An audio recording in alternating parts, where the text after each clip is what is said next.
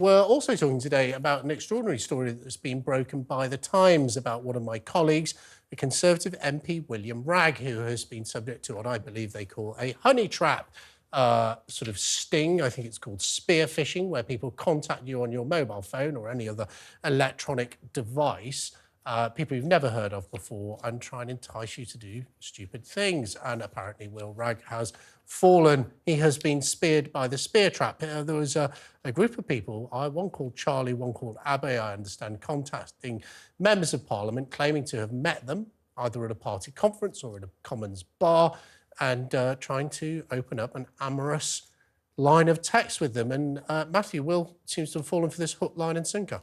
Yeah, absolutely. There's kind of two parts to this story. The first is that he personally seems to have fallen hook, line and sinker, and it's pretty clear from the one statement that we've had from him that he sent pictures that he shouldn't have, that were rather compromising, which is, to be fair, not uncommon on these apps, but rather you would have thought not the right thing for a politician to be doing. So that's one part, which is foolish. I then think you've got the part that is really going to do for William Wragg. He's going to stand down anyway, but it's going to shatter his reputation, which is that when he was then effectively blackmailed or over these images, he then divulged the contact details of other Conservative members of Parliament, journalists. Well, we don't know they're just Conservative members of Parliament, journalists, advisors, and I think that's what really because you don't dob people in it. He got himself into hot water. He should have gone to the chief whip, said, "I've been an absolute idiot. I need help." There are security people they can go to both within the Commons and the security services, and he should have done that. And instead he panicked and started fessing up, and it then looks like other people have been ensnared in the honey trap. Well, I think William Wragg is a single guy, I believe. I don't know him that well. I think he's a single guy. Apparently this is sending naked pictures of himself is a part of modern dating. I just thank God that I'm happily married, mainly because I wouldn't wish you and Lady Berry didn't compromising pictures of me on anyone. You can't. Sometimes people might go blind. I don't know, but there's apparently 2 MPs who have been linked to this, have provided compromising images. They are clearly. The only crime they are guilty is being bloody fools. I mean, why would you send naked pictures of yourself to anyone? It's just absolutely ridiculous. But I think there is a bit of concern here, Becca, that this may have been a foreign actor trying to entice members of Parliament into doing, as Matthew says, foolish things. Yeah, I think kind of calling them compromising and unwise is. This happens all the time. Like, you're right, kind of a part of modern dating is kind of sending these sorts of pictures, and, maybe actually what we need is a little bit more kind of literacy and understanding about kind of how to do that safely in a way that doesn't, end up compromising your job. And I think equally there is also a conversation here, isn't there, about the safety of MPs, their technical literacy, how not to fall for these sorts of schemes, because we're very aware that there are bad actors from foreign states or internally, actually, who would love to sort of be able to do this. So, Becca, is there a wider question? Would people look at this story, if you're watching and listening at home, do you look at this story and think, well, look, if someone is my member of Parliament for Stockport in the case of William Wragg or any other part of the country, I expect them to have better judgment, even in their personal lives, which are nothing to do with their political point of view.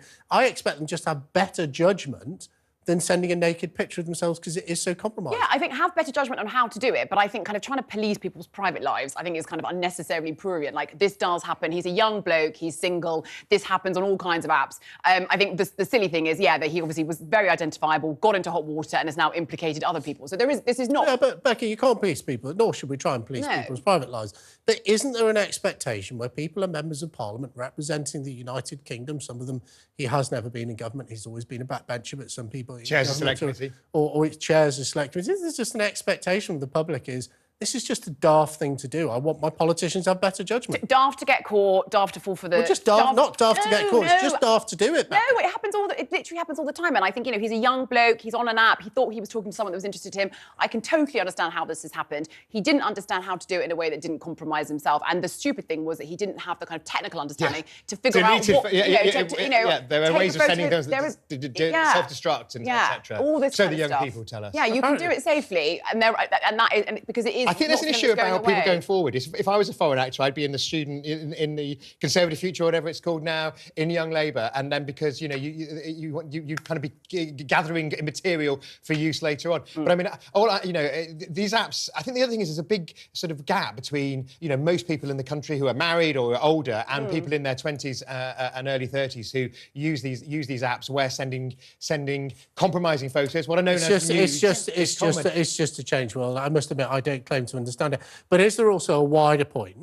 If you've got kids and, if your kids are 17, 18, 19 years old, if this is the way the world is, and Becca is the young person on the panel has told us it is the way the world is there something Becca parents should be saying to their children about not making themselves vulnerable in the way that Wragg has? Absolutely, revenge porn, the idea of these images being distributed without permission, that is the reality of being a young person. We're going to see revenge porn on politicians in the future, because people are going to have pictures, failed relationships, etc. People are going to have, not even if they're starting with malintent, because that's just that's generational change.